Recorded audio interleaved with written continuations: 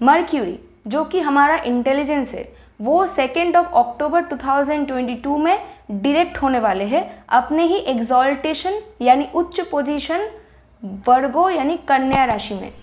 तो अब आप लोगों को लग रहा होगा कि ये तो बहुत ही अच्छा न्यूज़ है, सब कुछ अब आसान होने वाला है, कम्युनिकेशन इम्प्रूव होने वाला है, जो भी आप लोगों का ऑफिस में पेपर वर्क अटक गया था या फिर जो भी आपके कॉमन लाइफ में जो भी प्रॉब्लम्स हो रहा था उसका अब सोल्यूशन आप लोगों को मिल जाएगा, सब कुछ ठीक होगा।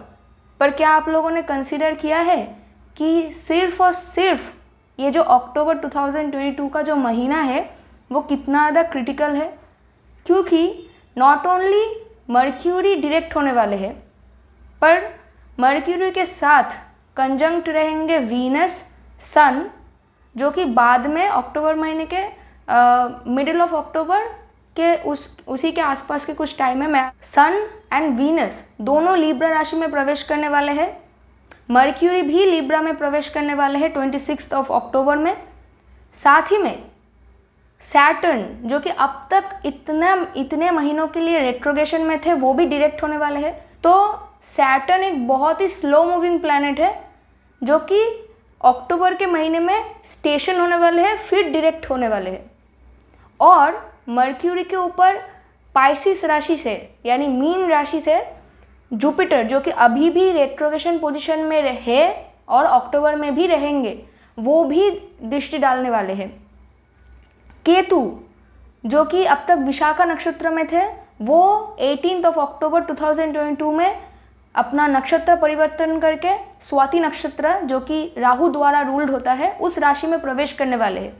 तो कितना सारा प्लैनेट, ऑलमोस्ट सभी प्लैनेट अपना राशि या फिर अपना नक्षत्र से मूव हो रहे हैं। इसका मतलब क्या है? इसका मतलब यह है कि मर्क्यूरी, क्योंकि वो हमारा इंटेलिजेंस है, जो भी इंफॉर्मेशन हम लोग को मिलता है, जो भी सराउंडिंग जो भी चीज़ें हैं जो कि हम लोग फेस करते हैं अपने daily life, daily work routine में, उसको हम लोग कैसे अपने दिमाग में प्रोसेस कर रहे हैं और क्या एक्शन ले रहे हैं हम लोग अपने इंटेलिजेंस को यूज़ करके हम लोग कौन सा एक्शन और कौन सा डिसीजन ले रहे हैं उसको मर्क्यूरी रिप्रेजेंट करता है। तो मर्क्यूरी डायरेक्टली एंड इनडायरेक्टली बहुत सारे प्लैनेट्स द्वारा इन्फ्लुएंस हो रहा है, यानी होने वाला है अक्टूबर में। तो ये एक बहुत ही केओटिक एंड कंफ्यूजिंग एनर्जी होने वाला है मर्क्यूरी के लिए, क्योंकि मर्क्यूरी जनरली एक बहुत ही सॉफ्ट प्लैनेट है। अब मर्क्यूरी, क्योंकि मर्क्यूरी हम लोग का कॉन्शियसनेस है जो कि इतना सारा प्लैनेटरी एनर्जी शिफ्ट को एक्सपीरियंस करने वाला है मंथ ऑफ अक्टूबर में। तो इस वजह से क्या क्या चीज़ें हो सकता है? फर्स्ट ऑफ ऑल, क्योंकि मर्क्यूरी डायरेक्ट होने वाले हैं तो ऑब्वियसली जो भी इंटेलिजेंस जो भी हमारा लैक ऑफ इंटेलिजेंस था वो हम लोगों को मिल जाएगा।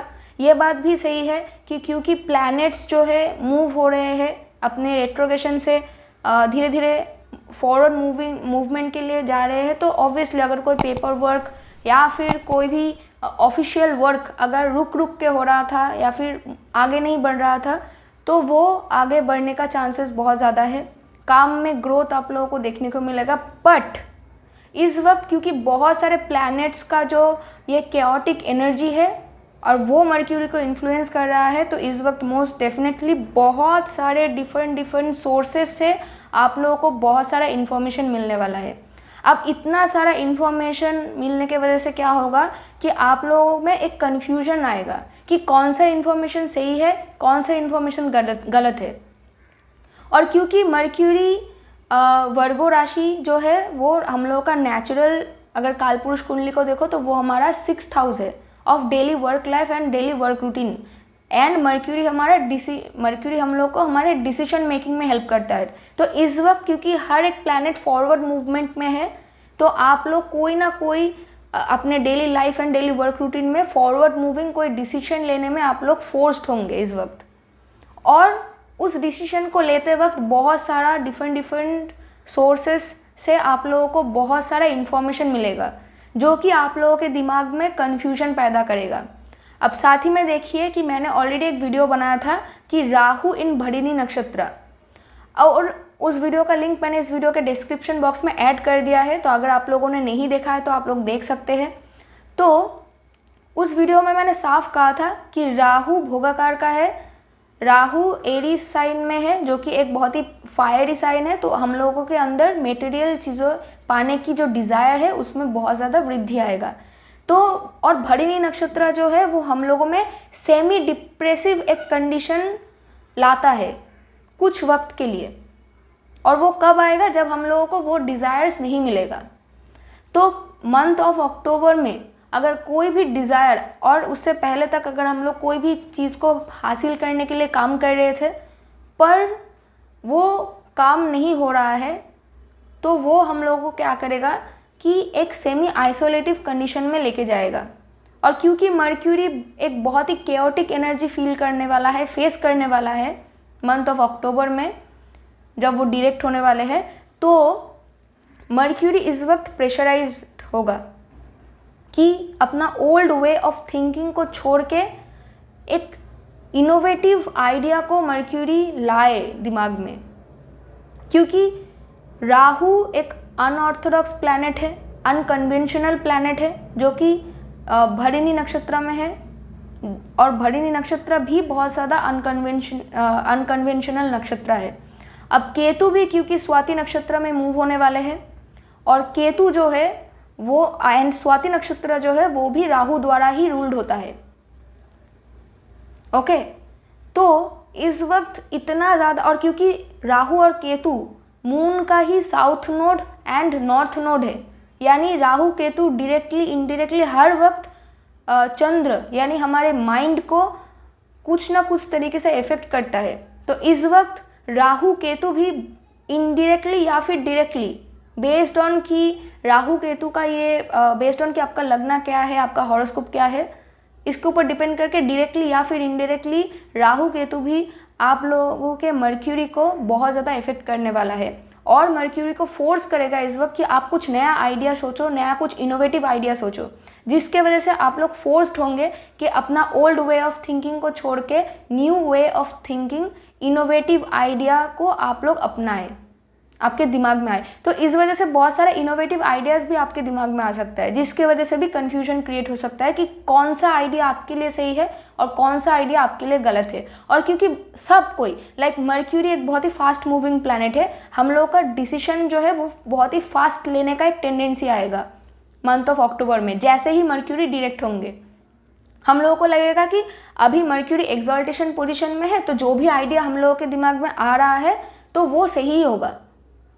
तो अगर बिना कुछ सोचे समझे, अगर इन्फॉर्मेशन एंड आइडिया को अगर प्रॉपरली वेरीफाई ना करके, अगर बहुत ही चटपट आप लोगों ने कोई डिसीजन ले लिया और उसके ऊपर काम करना आपने स्टार्ट कर दिया, तो इसका अंजाम बहुत ज़्यादा बुरा हो सकता है। क्योंकि 25 अक्टूबर 2022 में सोलर एक्लिप्स होने वाला है जो कि लिब्रा राशि में होगा। अब लिब्रा राशि को अगर आप लोग देख लो तो वर्गो से सेकेंड पोजीशन में आता है लिब्रा। तो कोई भी हाउस का सेकेंड हाउस जो है वो उस हाउस का रिसोर्सेस है। जैसे कि फर्स्ट हाउस लग्न है तो सेकेंड हाउस हम लोगों का फैमिली है, यानी हम लोगों का फैमिली, और फैमिली से जो चीज़ हम लोगों को मिलता है वो हमारा रिसोर्सेस है।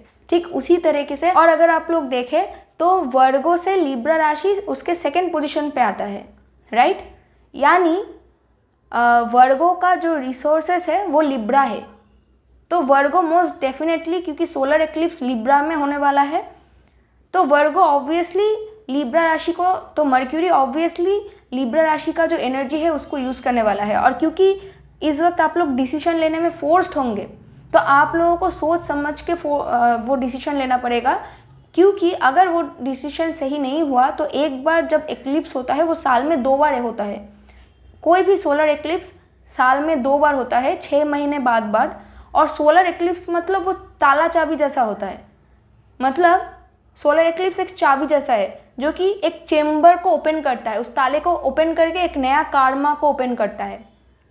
साथ ही में जैसे कि मैंने कहा कि सैटर्न भी डायरेक्ट होने वाले हैं, तो सैटर्न जो है वो एक्शन वाला प्लैनेट है, स्लो मूविंग प्लैनेट है। तो एक बार सैटर्न भी डायरेक्ट होंगे तो काफ़ी महीने के लिए डायरेक्ट पोजीशन में ही रहेंगे, इतना जल्दी तो वो रेट्रोग्रेशन नहीं होने वाले हैं। और सोलर एक्लिप्स भी एक बार हो गया तो फिर से solar eclipse next year middle तक ही आएगा। तो आप लोगों को सावधानी से काम लेना पड़ेगा, क्योंकि अगर वो डिसीजन गलत हुआ और उस चीज़ पे अगर आप लोगों ने काम करना स्टार्ट कर दिया तो उसके बाद आप लोग पीछे भी नहीं आ पाएंगे और आगे भी नहीं पहुंच पाएंगे, क्योंकि डिसीजन ही गलत है। अनलेस और अनटिल जब तक सैटर्न फिर से रेट्रोग्रेशन में नहीं आएंगे, ताकि सैटर्न रेट्रोग्रेशन में आने के बाद ही तो सैटर्न वो हम लोग को मौका देता है ना कि हम लोग जो भी गलती कर रहे थे उसको सुधार पाए। तो नेक्स्ट सैटर्न रेट्रोग्रेशन तक आप लोग उस गलती को सुधार नहीं पाओगे, आप लोग ऐसे लिम्बो में फंस जाएंगे फिर। तो मर्क्यूरी क्योंकि डायरेक्ट पोजीशन पे है, तो इस वक्त कोई भी इंफॉर्मेशन आया तो उस पर अगर आप लोगों ने ध्यान से सोचा समझा, इंफॉर्मेशन निकालने की कोशिश की, तो आप लोगों को प्रॉपर इंफॉर्मेशन ही मिलेगा।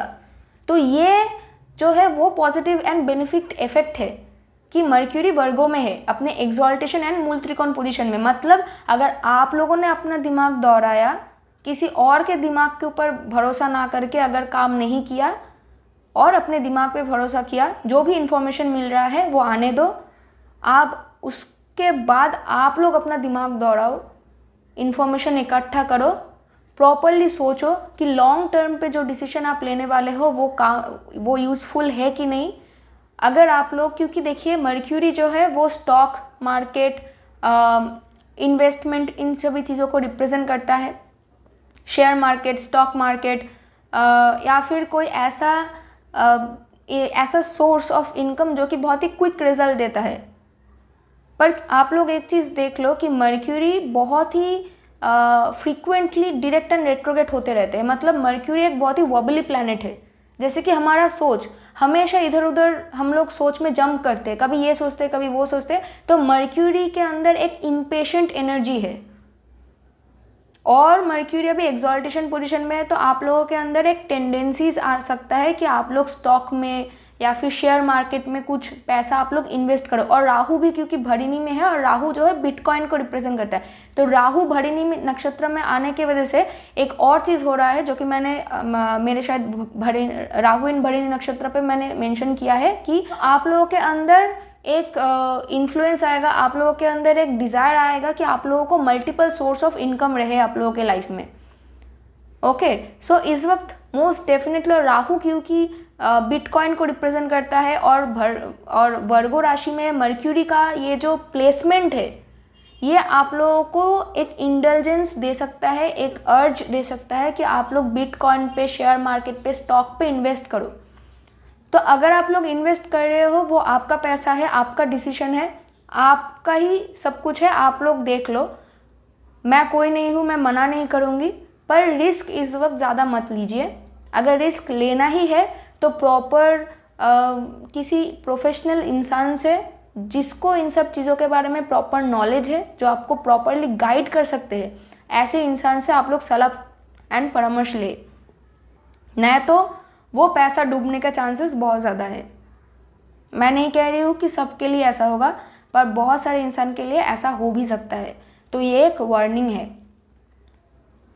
अब क्योंकि जब तक मर्क्यूरी रेट्रोग्रेशन पे थे तो कम्युनिकेशन रिलेटेड इश्यूज़ हुआ था बहुत सारा, पेपर वर्क बहुत सारे लोगों का अटक गया था। क्योंकि मेरे पास मेरे जो पुराने क्लाइंट्स हैं उन लोगों ने काफ़ी बार मुझे कहा है, क्योंकि 2 इंसान के साथ ऐसा हुआ है, जो भी मेरे क्लाइंट्स थे। एक इंसान को कनाडा पे जाना था, दूसरे इंसान को अपने ग्रीन कार्ड के लिए अप्लाई करना था यूएस में, तो उन लोगों का पेपर वर्क रिजेक्ट हो गया था। तो उन लोगों का जो एडवोकेट था, जो अटर्नी था, या तो उन लोगों ने सही तरीके से इन्फॉर्मेशन फिल नहीं किया था जिसके वजह से उन लोगों का पेपर वर्क रिजेक्ट हो गया था, और न तो किसी को मतलब वीज़ा ऑफिस से कोई रिप्लाई ही नहीं आया। तो बहुत सारा केओटिक एनर्जी था, पेपर वर्क अटक रहा था, ऑफिस वर्क अटक रहा था। उन सभी चीज़ों में आप लोगों को फॉरवर्ड मूवमेंट दिखाई देगा। पर इस वक्त आप लोगों का कॉन्शियसनेस ये होना चाहिए कि आप लोग किस तरीके से मर्क्यूरी का जो इंटेलिजेंस है उसको प्रॉपरली यूज़ करें अपने फ़ायदे के लिए। इस वक्त दूसरे इंसान क्या कह रहे हैं, उनका क्या ओपिनियन है, उसके ऊपर ज़्यादा ध्यान मत दीजिए। अपना दिमाग दौड़ाइए, खुद से इन्फॉर्मेशन ढूंढने की कोशिश कीजिए। कोई अगर इन्वेस्टमेंट करना है, कोई भी, चाहे आपका बिजनेस एरिया में हो, चाहे आपका कोई स्टॉक मार्केट में हो, बिटकॉइन पे हो, तो जिस इंसान को प्रॉपर नॉलेज है ऐसे किसी इंसान से गाइडेंस लीजिए, तो ही ये जो मर्क्यूरी का ये जो डायरेक्ट है, ये जो डायरेक्ट में कन्वर्ट होना है, ये आप लोगों के लिए फ़ायदेमंद साबित होगा। इस वक्त अपने कम्युनिकेशन पे बहुत ज़्यादा शार्प रहिए, डायरेक्ट रहिए, स्ट्रेट फॉरवर्ड रहिए, उल्टा सीधा बात करने की ज़रूरत नहीं है। जो भी आप लोगों को कहना है डायरेक्टली कहिए। पेपर वर्क जो भी है, क्योंकि मंथ ऑफ अक्टूबर में बहुत सारे एनर्जी शिफ्ट हो रहा है, बहुत सारे प्लानिटरी एस्पेक्ट जो है वो शिफ्ट हो रहा है, तो इस वक्त थोड़ा सा आप लोग सही तरीके से डिसीजन लेने की कोशिश कीजिए। और पेपर वर्क जो भी कर रहे हैं तब भी आप लोग बहुत ज़्यादा मतलब रीचेक कीजिए कि सब कुछ है कि नहीं, क्योंकि मर्क्यूरी का ये ट्रांजिट जो है वो आपको सही तरीके से काम करने में तभी हेल्प करेगा जब आप सही तरीके से कॉन्शियस होकर काम करने की कोशिश करेंगे। ओके, तो मंथ ऑफ अक्टूबर में जो भी प्लानिटरी शिफ्ट होने वाला है उसके लिए एक और मैं वीडियो बनाऊंगी जहाँ पे मर्क्यूरी के अलावा और भी जो भी शिफ्ट हो रहा है उसके बारे में मैं बताऊंगी। अब इसी के साथ देखिए कि क्योंकि रेट्रोग्रेटेड जुपिटर भी साइन ऑफ पाइसिस में है और वो मर्क्यूरी को इन्फ्लुएंस कर रहा है वर्गो राशि में, और मर्क्यूरी भी जुपिटर को वर्गो राशि से वो एस्पेक्ट कर रहे हैं जुपिटर को। तो इस वक्त मर्क्यूरी एंड जुपिटर दोनों ही एक दूसरे को दृष्टि डाल रहे हैं और इन्फ्लुएंस कर रहे हैं। इसका मतलब है वर्गो राशि में रहने वाला मर्क्यूरी बहुत ही प्रैक्टिकल वे में जुपिटर को इन्फ्लुएंस कर रहे हैं, बट जुपिटर पाइसिस राशि में, क्योंकि पाइसिस राशि नेचुरली 12th हाउस को रिप्रेजेंट करता है और पाइसिस मतलब abstract thinking and wisdom, divine knowledge, divine wisdom को रिप्रेजेंट करता है, एंड जुपिटर भी डिवाइन विजडम है, गुरु है, मेंटर है। तो इस वक्त आप लोगों को ना दो चीज़ें देखने को मिलेंगे। एक तो है कि आप लोगों को कोई अनऑर्थोडॉक्स एंड अनयूजुअल इंसान से कुछ ज्ञान मिल सकता है, कुछ विजडम मिल सकता है, जो कि बहुत ही ज़्यादा आप लोगों के लिए फ़ायदेमंद हो सकता है। फॉर एग्जाम्पल कि किसी का एरीज लगना है, तो आपके daily work life and work routine में, यानी आपके 6th हाउस में मर्क्यूरी है, आप लोग फॉर एग्जाम्पल कि कुछ प्रॉब्लम फेस कर रहे हैं आपके daily work life and work routine में, और इस वक्त जुपिटर आपके 12th हाउस पे है, तो कोई फॉरेन लैंड से रहने वाला कोई इंसान जिसको आप शायद वर्क के थ्रू जानते हो, या फिर ऐसे ही नॉर्मल, शायद आप लोग वैसे ही आजकल फेसबुक, इंस्टाग्राम, बहुत सारे लोग पता नहीं कहाँ पे रहते हैं फिर भी हम लोग बात करते हैं, अगर फ्रेंड है हम लोग तो ऐसे ही किसी फ्रेंड के पास से जो कि आपसे दूर रहता है, या फिर कोई मतलब आपसे छोटा है, बड़ा है, पता नहीं कौन है, पर अनऑर्थोडॉक्स है एंड अनयूजुअल है, जिसके पास से शायद ही आप लोगों ने कभी एक्सपेक्ट किया होगा कि आपको कोई सलाह परामर्श मिल सकता है जो कि आपके लिए फ़ायदेमंद होगा। ऐसे किसी इंसान से आपको डिवाइन नॉलेज, मैं तो डिवाइन नॉलेज ऐसे बोल रही हूँ, पर कुछ अच्छा इन्फॉर्मेशन या फिर कोई सलाह मिल सकता है जो कि आपके daily work life and work routine में होने वाला इस प्रॉब्लम को सॉल्व कर पाए। ठीक है। और दूसरा यह है कि जो भी मर्क्यूरी, जो भी practical and analytical approach and new innovative ideas लाने वाला है, उसके अंदर प्रैक्टिकल एस्पेक्ट के साथ साथ उस आइडिया में प्रैक्टिकल एस्पेक्ट के साथ साथ कुछ एब्स्ट्रैक्ट थिंकिंग एंड कुछ अनयूजुअल आइडियाज़ को भी आपको मिलाना पड़ेगा। तभी जाके जुपिटर, जो कि डिवाइन नॉलेज है, डिवाइन विजडम है, जो कि गुरु है, वो आपको प्रॉपरली उस काम को, उस आइडिया को एग्जीक्यूट करने में आपको ब्लेसिंग्स देगा एंड हेल्प कर पाएगा। तो मर्क्यूरी के रिलेटेड आज का इन्फॉर्मेशन इतना ही। होपफुली आप लोगों को ये वीडियो अच्छा लगा है। अगर वीडियो अच्छा लगा है तो प्लीज़ इस वीडियो को लाइक कीजिए एंड चैनल को ज़रूर सब्सक्राइब कीजिए। समझ ही सकते हैं कि मेरा चैनल नया है। अगर आप लोगों की सपोर्ट की अभी ज़रूरत है तो प्लीज़ सब्सक्राइब कीजिए, वीडियो को लाइक कीजिए एंड कमेंट करके बताइए कि आप लोगों को कैसा लगा है। Thank you so much for watching my video. आप सभी लोगों से मुलाकात होगी मेरे अगले वीडियो में। तब तक के लिए bye. Thank you so much.